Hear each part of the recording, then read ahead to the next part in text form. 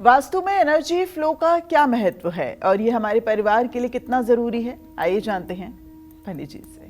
पंडित जी बताइए, ये जो एनर्जी का कैसे फ्लो? देखो, एनर्जी का तात्पर्य ये है कि वास्तु से सचमुच में एनर्जी मिलती है। आज एक बहुत बड़ी बीमारी चल रही है, लोगों के शरीर में प्रायः विटामिन डी की कमी हो रही है। बिल्कुल। और विटामिन डी की कमी का कारण सिर्फ ये है कि हम उगते हुए सूरज के सामने खड़े नहीं हो पा रहे हैं। विटामिन डी अगर सृष्टि में कहीं से मिलती है तो केवल सूरज की रोशनी से मिलती है। और हमारे सनातन धर्म में कहा गया है कि हर सनातनी को प्रातः स्नान करके सूर्य को अर्घ देना चाहिए। वो किसी जाति का हो, किसी वय का हो, किसी अवस्था का हो, सबको सूर्य की आराधना करना चाहिए और सूर्य के सामने खड़े रहना चाहिए 2-5 मिनट तक। तो सूर्य की किरणें विटामिन डी को पूरा करती हैं। अब 9 बजे उठेंगे, 10 बजे सोकर उठेंगे तो कहाँ सूर्य के सामने जाएंगे? तो विटामिन डी कम होगी तो खाइए दवाई गोली, ठीक है ना। तो ये तो एक एनर्जी तो ये भी है ना, एक एनर्जी तो ये भी है ना जो आपको नहीं मिल रही है। इसी तरह से आयरन की कमी हो रही है शरीर में।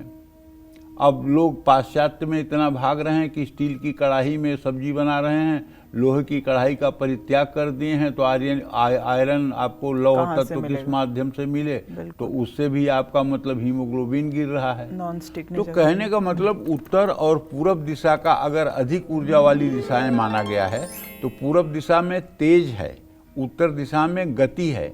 उत्तर पूर्व कोण सबसे ज़्यादा ऊर्जा वाला क्षेत्र है, इसीलिए उसको पूजा स्थान बनाया जाता है।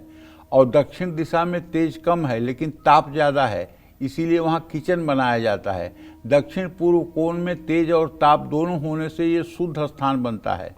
पश्चिम दिशा में रोशनी और गति दोनों कम होती है।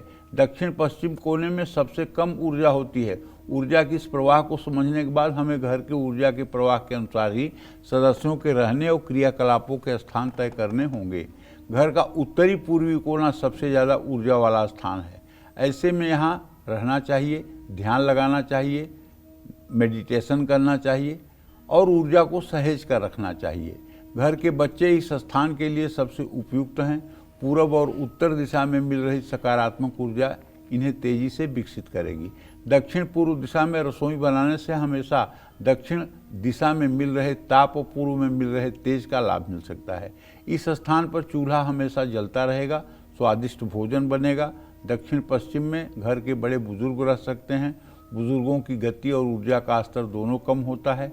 घर के उत्तर पश्चिम कोण में मकान मालिक को रहना चाहिए।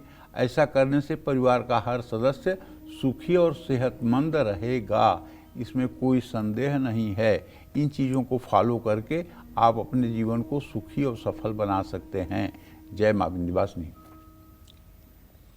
तो चलिए इसी के साथ